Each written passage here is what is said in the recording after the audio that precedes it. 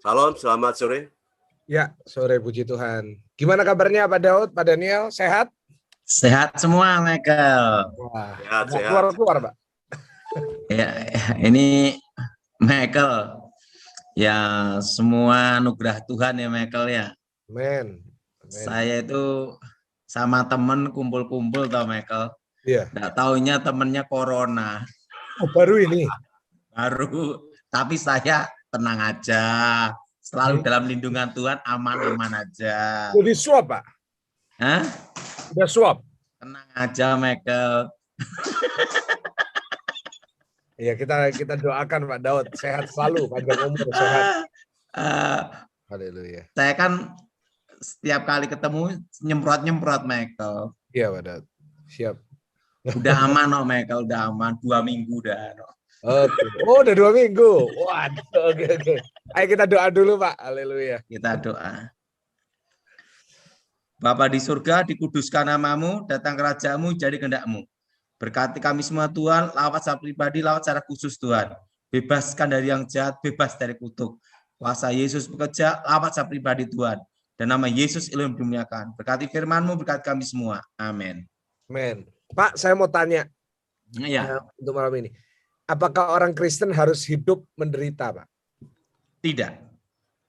Nah, oke, ayo kita dari soalnya ada beberapa orang yang berpendapat Kristen itu harus menderita, baru rohani, baru di mata Tuhan berkenan.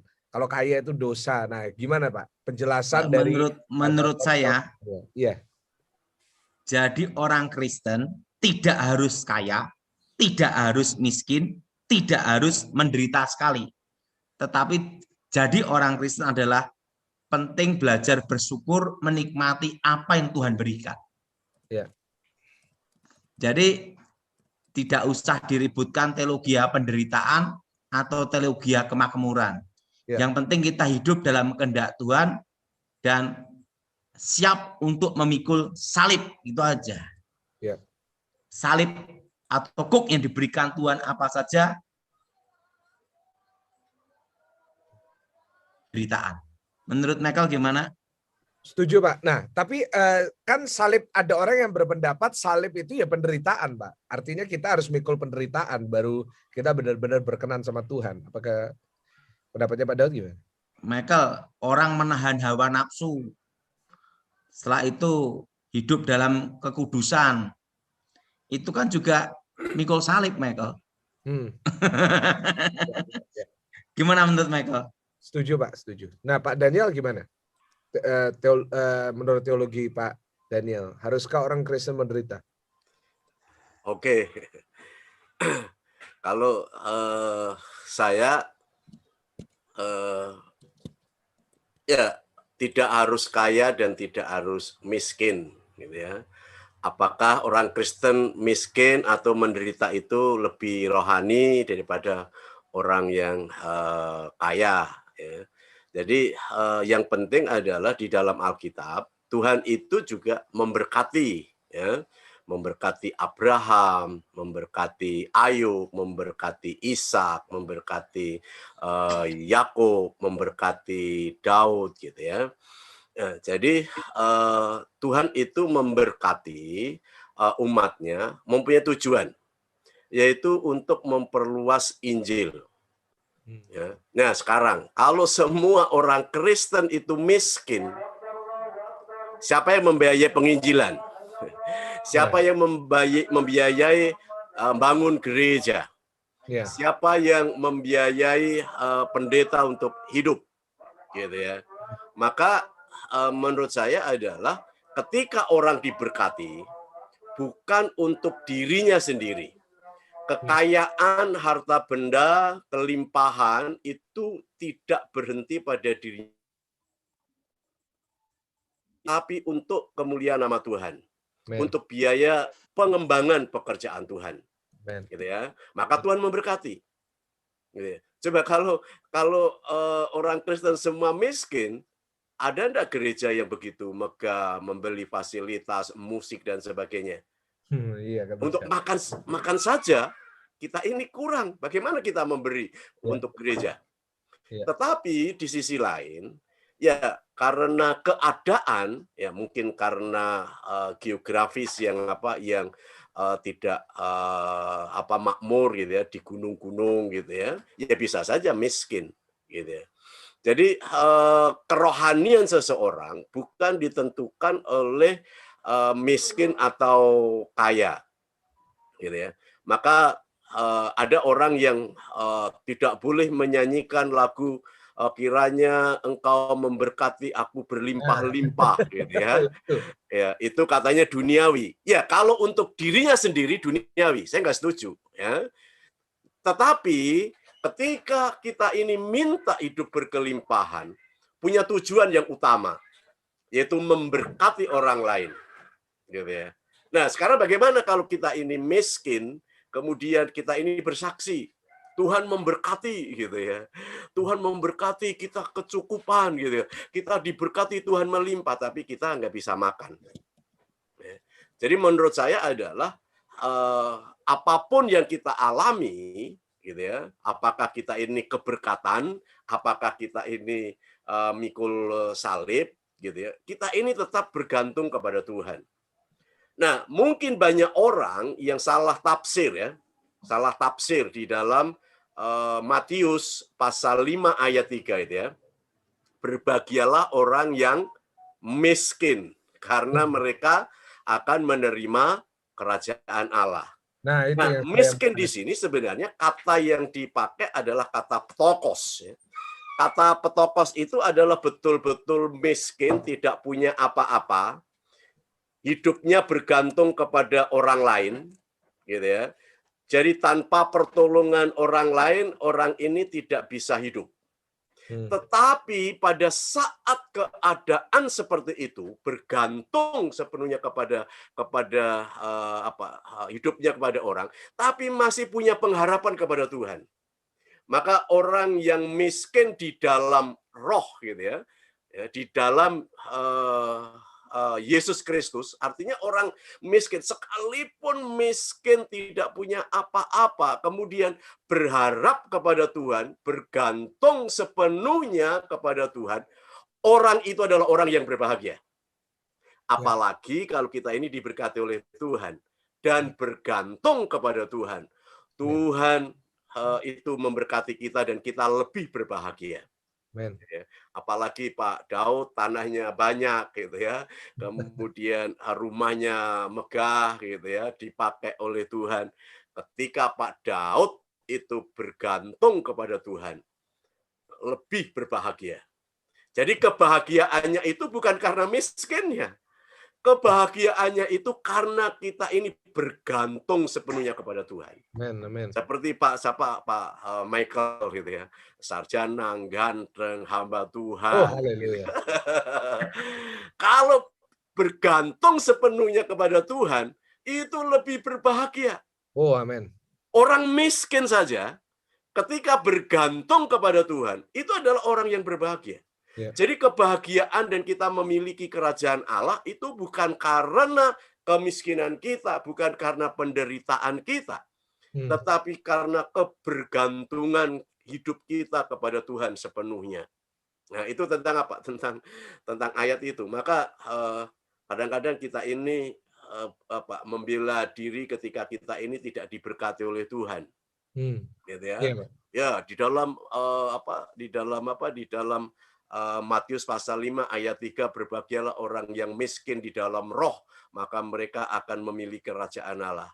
Kalau saya ya lebih baik kita ini diberkati oleh Tuhan. Ketika kita ini diberkati Tuhan, kita memberkati orang lain. Ya. Kalau kita ini memberkati Tuhan, mari kita. Kalau kita ini diberkati oleh Tuhan, kita memberkati tetangga kita. Kalau kita ini memberkati Tuhan, mari kita ini menyumbang untuk misionaris gitu ya, menyumbang gereja yang sedang membangun. Tetapi kalau kita ini diberkati Tuhan, kemudian untuk dirinya sendiri, nah itu adalah duniawi. Ya, duniawi menurut saya. Maka Tuhan memberkati kita adalah Tuhan mempunyai maksud, punya tujuan. Nah, jadi menurut saya tidak ada teologi kemakmuran dan teologi kemiskinan. gitu ya. Yang benar adalah teologi Alkitab, gitu ya. Teologi Alkitab, gitu ya. Ya kita harus berdasarkan Alkitab. Mungkin memikul salib itu bukan harus menderita ya.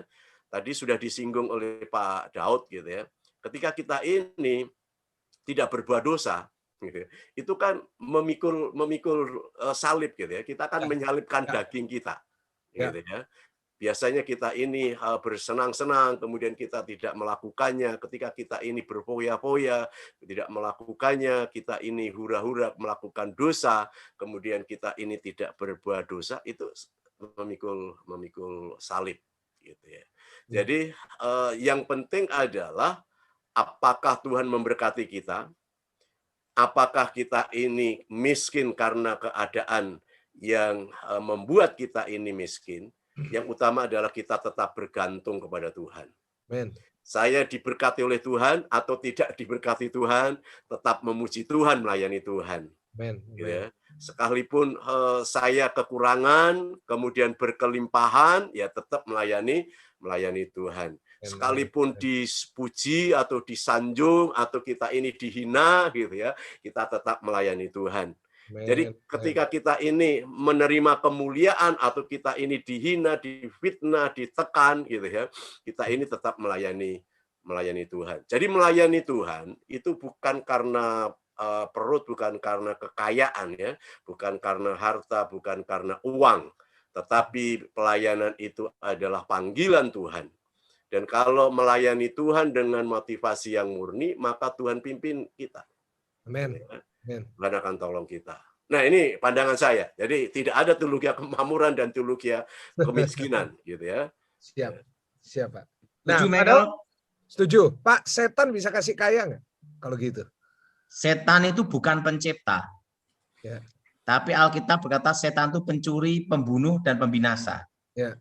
Orang sama-sama minta setan, ada yang tetap miskin malah tambah miskin. Ada yang juga yang kaya. Bisa dijelasin, Pak? Bisa diceritain lebih? Karena itu. Gini, orang kalau meminta setan, yang diambil itu rezeki anak cucunya. Dipindah ke orang tuanya. Nah, sehingga orang tuanya kerja apapun berhasil. Begitu orang tuanya mati, anak cucunya kerja apapun gagal, bangkrut. Kenapa? Rezekinya udah diambil duluan, namanya hokinya. Waduh. Nah, dan itu ada kena kutukan juga, tidak bisa menikmati kekayaan itu. Nah, apa gunanya kaya tapi stroke, sakit gula, mati ndak hidup ndak. Iya. Dan melihat kehancuran keluarganya. Nah, tapi kalau yang minta sama setan, anak cucunya rezekinya ndak ada, seret, ya tetap miskin. Gitu ya, setan itu bukan pencipta. Michael. Iya, Pak. Saya itu waktu kecil diajar guru saya. Itu kakek guru saya kan banyak ngajar saya falsafah hidup. Tapi ini cocok enggak dengan Pak Pendeta, dengan Michael ya? Guru saya pernah ngomong sama saya itu gini, dan itu saya harus diucapkan setiap hari, Michael. Maka saya tidak bisa lupa sampai sekarang. Ngomong gini, kalau kamu bikin kesalahan yang besar atau fatal, apa yang harus kamu lakukan? Mundur, bertahan, atau maju? Kalau kamu bikin kesalahan yang fatal dan masalah yang besar, apa yang harus kamu lakukan? Mundur, berhenti, bertahan, atau maju? Nah, menurut Michael gimana? Kalau saya sih tetap maju ya, Pak. Nah, guru saya ngomong gini. Pertama, kalau mundur, kamu tidak bisa kembali ke masa lalu. Kalau bertahan, kapan kamu kuat? Sampai kapan kamu kuatnya? Nah, apa yang harus saya lakukan, guru? Kalau bikin kesalahan fatal atau masalah yang besar, terus lagi kesalahan, fokuskan misi atau target yang dari awal. Karena ingat, dalam hidup kamu, kalau kamu yang mengawali, kamu pula yang harus mengakhiri. Itulah namanya tanggung jawab seorang laki-laki. Menurut Michael gimana?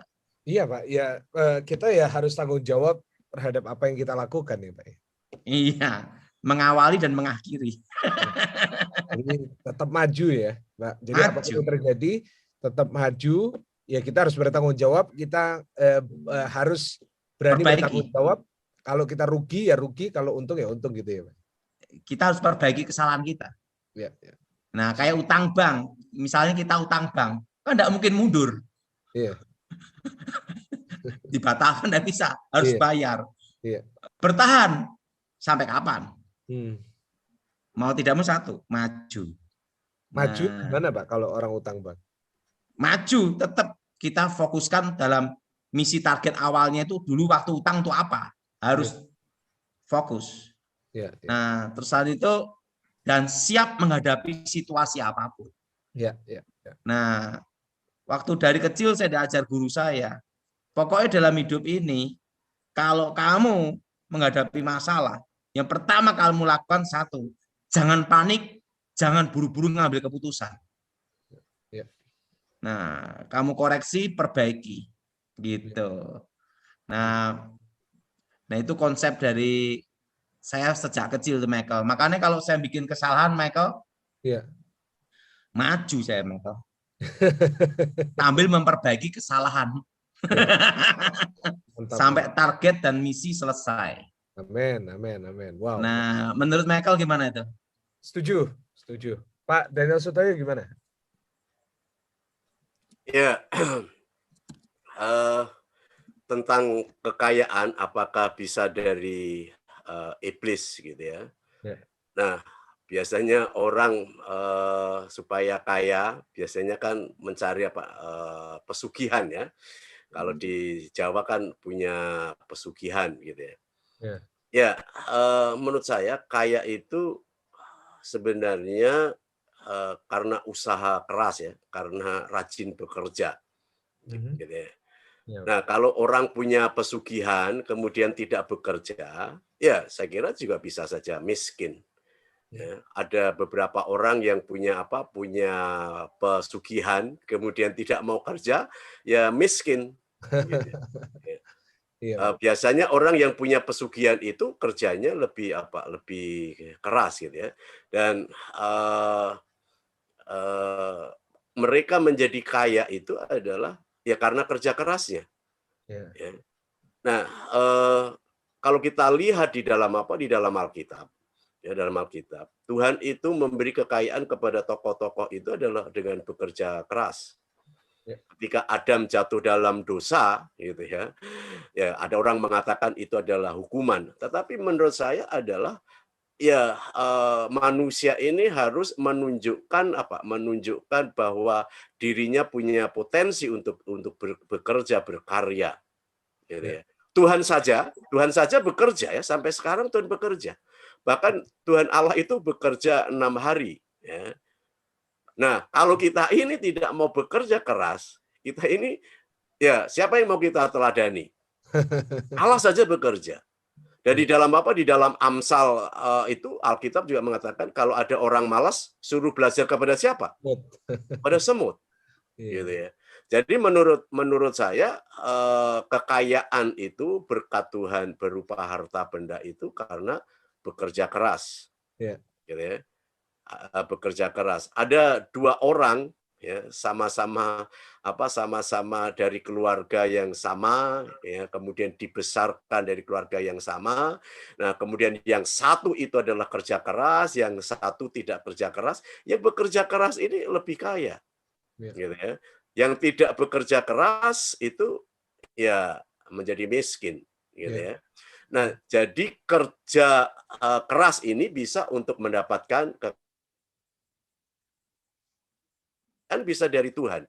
Karena Tuhan memberkati kekayaan, Tuhan punya maksud, gitu ya, punya maksud. Nah, kemudian kekayaan ini juga bisa didapat dari warisan, gitu ya.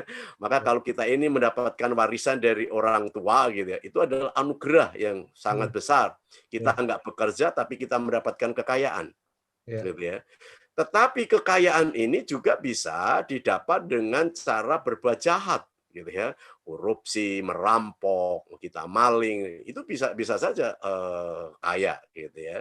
Ya. Nah, jadi menurut saya kekayaan dari setan itu menurut saya ya saya ragukan itu. Karena setan itu adalah sifatnya adalah membunuh gitu ya, berbohong, berdusta kan begitu ya, berdusta. Dan jangan lupa orang yang punya kompromi dengan setan ya pada akhirnya menjadi apa? Menjadi pengikut setan kan gitu kan. Ya. Ya. Jadi menurut saya adalah kekayaan menurut saya adalah bekerja keras ya. Selain kita ini minta kepada Tuhan bekerja keras. Ya. Setuju, Pak, setuju. Ya. Gimana Pak Daud? Michael, sekarang ini saya doa sungguh-sungguh tentang malaikat maut. Gimana sekarang, Michael?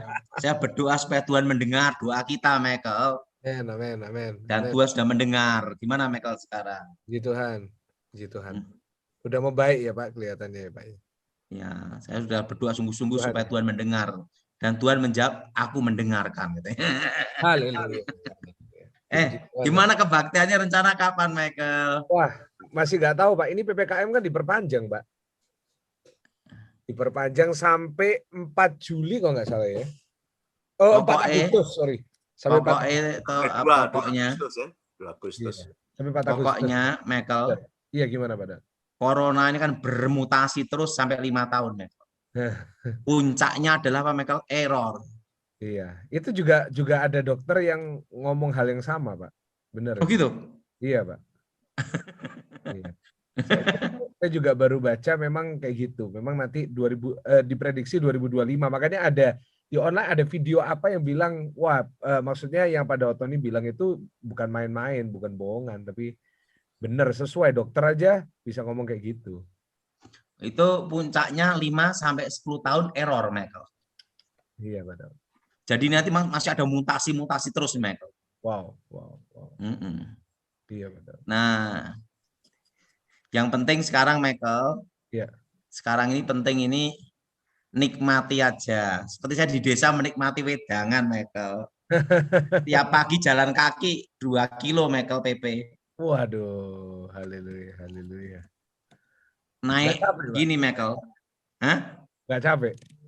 Saya kalau jalan kaki kuat PP 8 kilo, Michael. Luar biasa. 8 kilo, nanti 4 kilo gitu. Iya. Wow. Sekali jalan. Masih di usia segini aja masih bisa ya Pak ya? Luar biasa. Kalau saya 8 kilo masih kuat, Michael. Iya.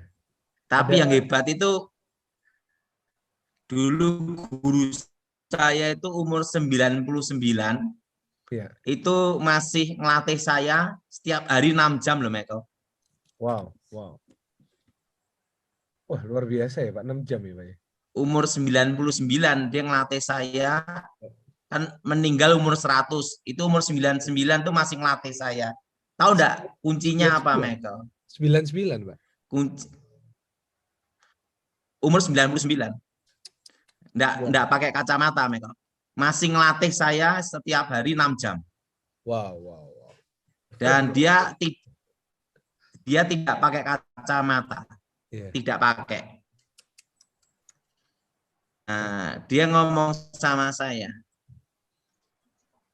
Semangatku waktu muda sampai saat ini. Michael? Ya, Pak Daud putus barusan. Gimana, Pak? Nah, dia ngajar sama saya, semangat itu dan kemauan itu dari muda sampai tua harus tetap sama, tidak boleh hilang. Yes. Man. Nah, dan kuncinya dia itu setiap hari makannya itu saya masih ingat, Michael. Itu ketela ungu itu sama singkong. Setiap hari ketela ungu, singkong sama tales. Dahsyat.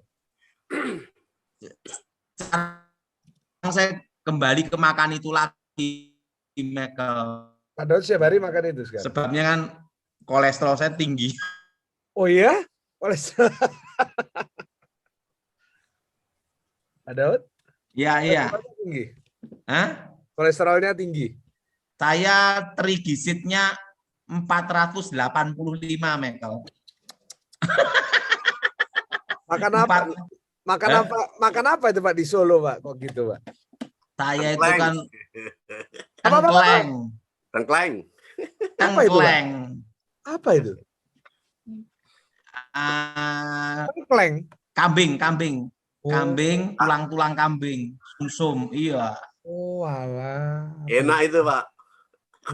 Saya kalau ke Solo cuma tahunya gudeg. Oh, apa tuh? Iya gudeg ya, Pak ya. Kalau Solo itu. Ada. Ya, saya makan tengkleng. Pak Daud, Terusan saya punya teh penurun kolesterol. Oh, kalau saya minum teh dari kebun sendiri, Michael. Wow. Ada juga kan di tempat saya ada teh liar. Waktu saya beli tanah itu ada sisa-sisa teh, pohon teh. Astaga. Jadi kalau pagi-pagi minum tehnya yang di kebun. Tak suruh orang saya bikin, langsung diminum sendiri. Haleluya, haleluya. Michael mau tanya apa? Ya, jadi kembali tentang itu, Pak. Itu kan banyak orang hari-hari ini tuh banyak yang tanya ke saya. Ini saya mewakili pertanyaan-pertanyaan dari jemaat, yaitu tentang itu, Pak. Ya, orang tuanya kaya, sekarang mereka miskin. Yaitu kembali ke masalah kaya sama setan itu. Sampai ada yang bilang, apa saya harus kembali ke dukun lagi? Gimana itu? Oh, tambah parah, udah habis tambah habis lagi. Oh gitu ya, Pak. Itu harus dipatahkan kutuknya, namanya kutuk masa depan, Michael. Ya. Tapi kutuk mereka masa udah doa depan loh, Pak. Harus dibatalkan, putuskan. Iya. Patahkan kutuk masa depannya, batalkan perjanjiannya. Udah ikut doanya kayak Pak Dautoni, tapi tetap aja mereka ngomong nggak ada perubahan, Pak. Buat saya. Nah, gimana nih Pak solusinya buat mereka? Semua itu kan ada proses, Michael. Ya. Manusia. Sorry, semua, Pak. Putus. Semua itu ada proses, Michael. Ya. Oh, saya kasih tahu bagaimana supaya sukses di usia 40, Michael. Wah, iya. Oke, gimana sukses di usia di atas 40? Ya. Pertama, Michael, jangan beli barang yang branded, yang mahal-mahal. Wah, ya, siap ini. Ya, ini ya Michael ya. Bapak-bapak suka ini. Kembali Pak, ibu-ibu Pak. Saya sejak. Nah, ini nomor 1, jangan suka beli barang branded yang mahal-mahal. Oke, siap. Di usia mudamu. Oke. Ya. Kedua, kalau beli barang, gunakan untuk jangka panjang. Nah, dan kalau beli barang yang berguna, tidak harus mahal. Oke. Nah, betul, Michael? Betul, Pak. Nah, tidak harus mahal tapi berguna. Nah, yang ketiga, Michael, ya. Jangan bosen dalam setiap pekerjaan. Ya. Jadi apapun pekerjaan, walaupun kita tidak suka, tetap kalau itu dipercayakan, difokuskan, tidak boleh bosan. Iya, Pak. Sampai menjadi suka. Iya. Gimana, Michael? Puji Tuhan. Benar, Pak. Benar itu. Tapi ibu-ibu kan biasanya suka yang branded, Pak. Gimana itu? Nah, yang keempat ada lagi, Michael. Yeah. Jangan suka makan yang mahal-mahal karena keluarnya sama. Iya. Penting makan itu dinikmati. Yeah, betul, Pak. Michael? Betul, Pak Daud. Nah, yang kelima ada lagi, Michael. Yang kelima. Iya. Nah, bergaul, berkumpul dengan orang-orang yang sudah berpengalaman. Ya. Supaya ada ide, Michael. Ya. Karena, Michael, Ini ada yang Nah, harus keenam. di live chat. Teman-teman yang di live chat ini boleh. Yang keenam, Michael ya.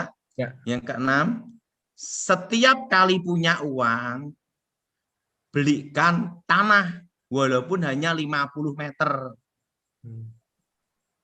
Karena apa? Itu investasi jangka panjang. Ya. Jangan berpikir jangka pendek. Nah, saya dulu juga beli tanah juga 100 meter, 50 meter, harus diawali dari situ dulu, Michael. Iya, Pak. Saya dulu pernah beli tanah itu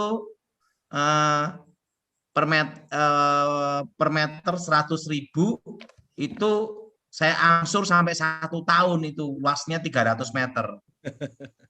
Iya. Nah, artinya apa?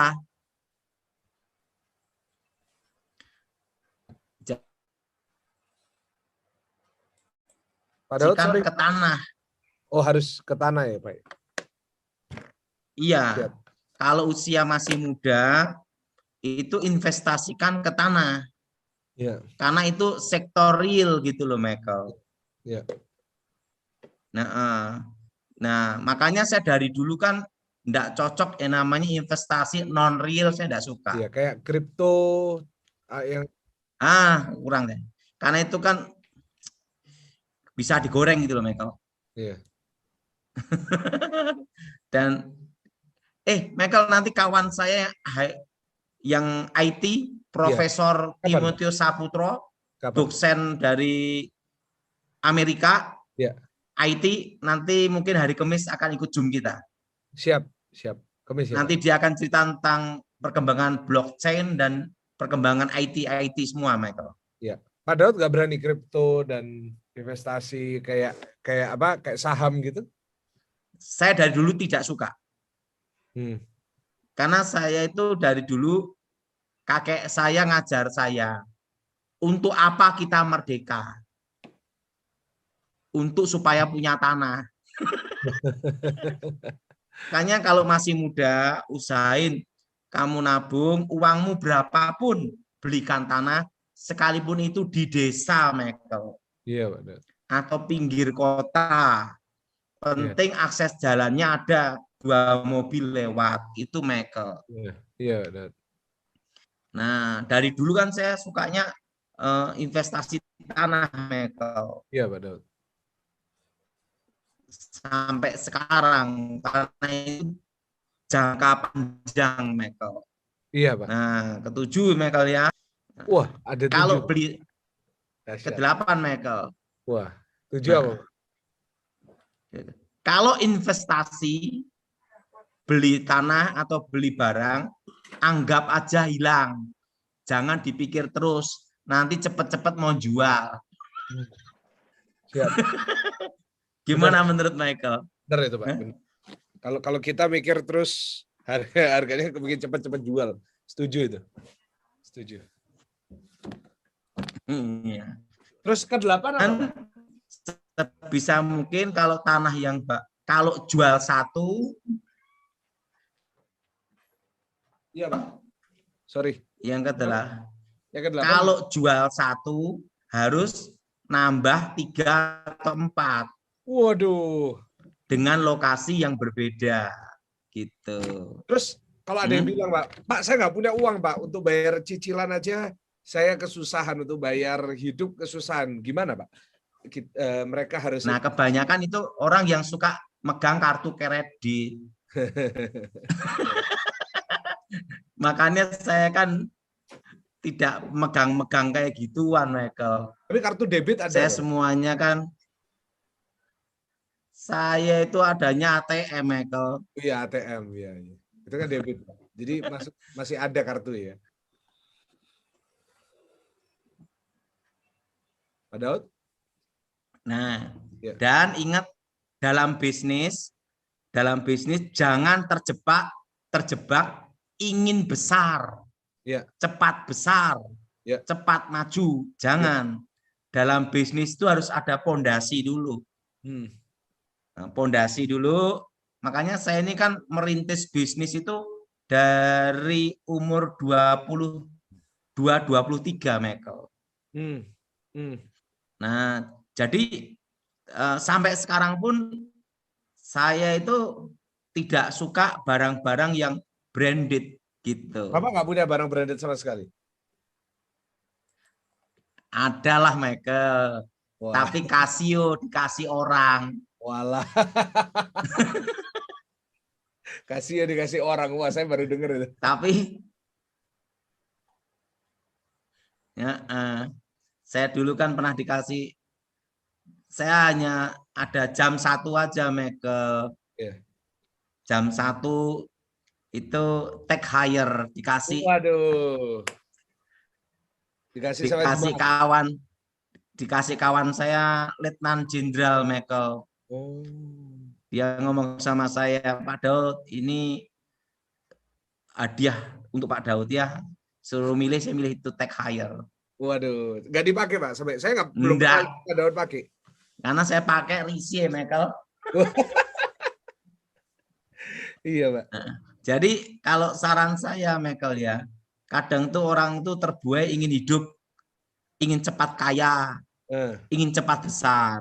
Ya benar. Enggak, harus dengan cara modal utangan. Ini membuat kejebak anak-anak muda Michael. Ya. Ada satu kata-kata dari guru saya sebelum bertobat Michael ya, itu saya pegang seumur hidup. Ya. Semua penderitaan, semua siksaan itu untuk membuat kita kuat. Iya, benar itu.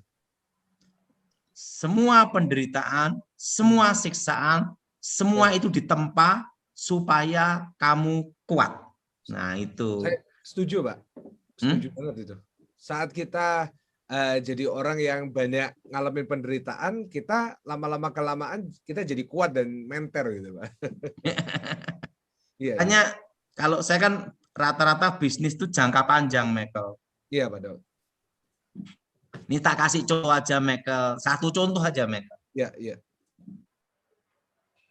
Saya jual tanah satu lokasi. Ya. Kan dulu harganya murah, Michael. Ya.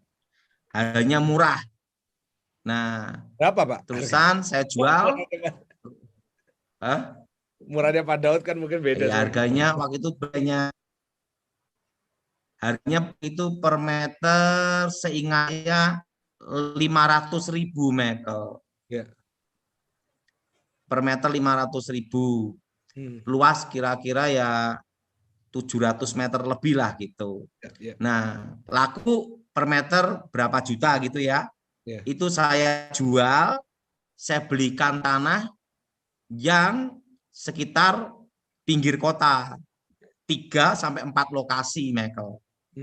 Iya benar. 3-4 lokasi yang luasnya itu adalah kira-kira ini, Michael, 2.500. Jadi kalau kita jual harus kita ada beli gitu loh, Michael. Gimana menurut Michael? Setuju ya, itu otak bisnis memang kayak gitu, Pak. Memang orang-orang yang investasi semua harus kayak gitu. Tapi bagi yang nggak punya uang gimana, Pak? Kan bingung kan ini. Dan akhirnya makanya harus orang dukun-dukun itu ya itu karena waduh nggak ada modal, mau beli apa nggak bisa. Akhirnya datang ke orang pinter dalam tanda kutip supaya justru gini, datang ke dukun itu malah tambah rugi, Michael. Kenapa, Pak? Dong dukunnya aja juga miskin. Gitu ya, Pak. Iya. Kan kebanyakan dukun yang asli itu banyak yang miskin, Michael. Iya. Kalau yang kaya-kaya itu dukunnya dipertanyakan. Gitu ya. Jadi orang kalau miskin terus malah cari dukun supaya kaya itu bodoh berarti, Pak ya. Bodoh. Ngapain ngasih pasien? Dia sendiri juga pengen kaya.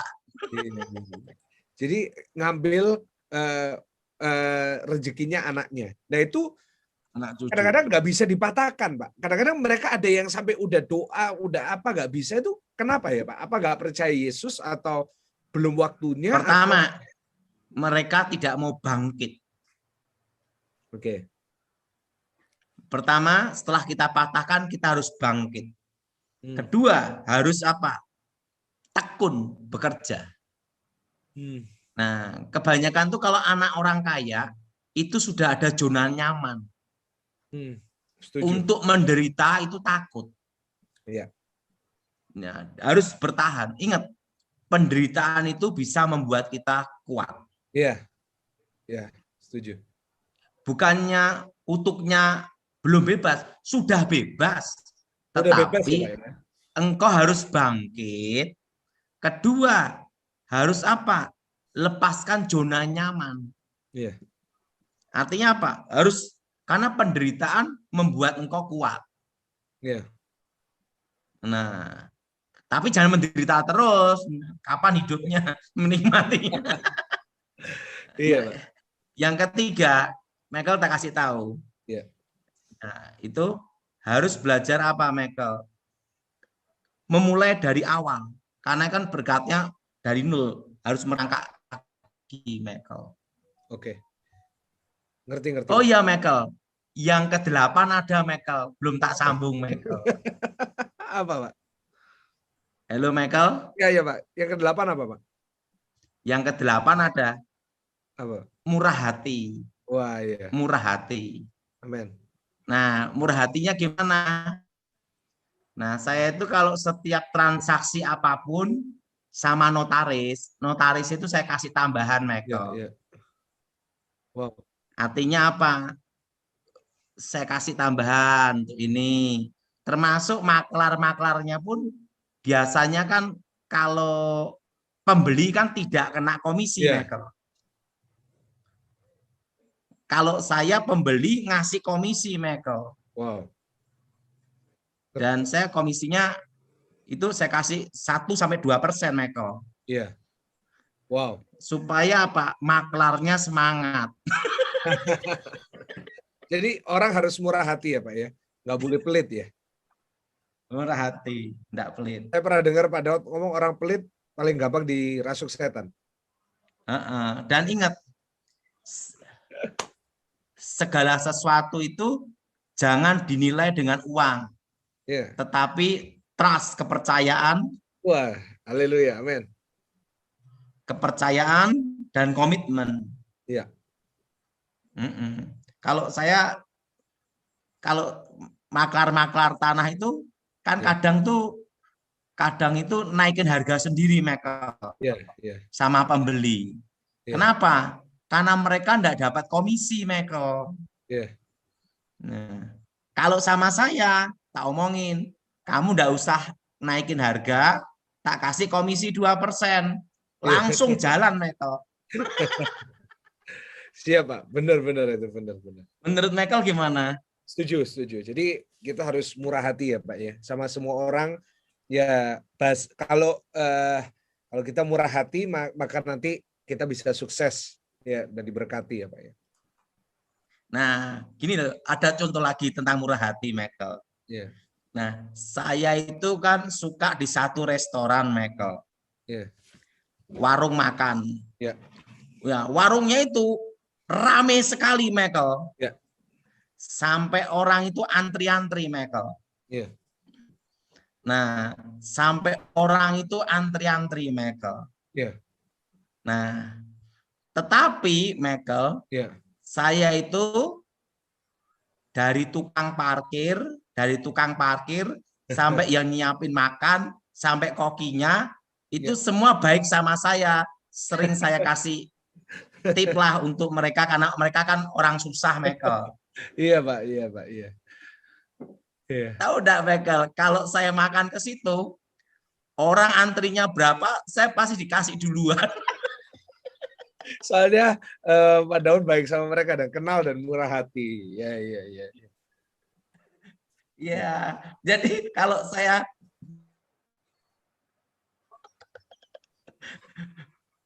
bahkan ada yang sampai yang kokinya ada yang ngomong, nggak usah bayar bos, tak bayarin aja, nggak usah. Luar biasa. Yang penting itu, nah kalau sama notaris itu harus murah hati juga. Ya. Apalagi sama pendeta. Haleluya, haleluya. Pak Daniel, amin. Amin, amin, amin. Aduh, luar Memangnya biasa. diberkati sama beliau, Pak. Kalau menurut Michael gimana pandangan-pandangan saya, Michael? Setuju, Pak. Tapi yang tentang barang branded itu nanti banyak wanita-wanita yang bilang, wah kok Protes. gitu. Tapi harus belajar untuk enggak ya Pak ya, lebih hemat ya Pak ya.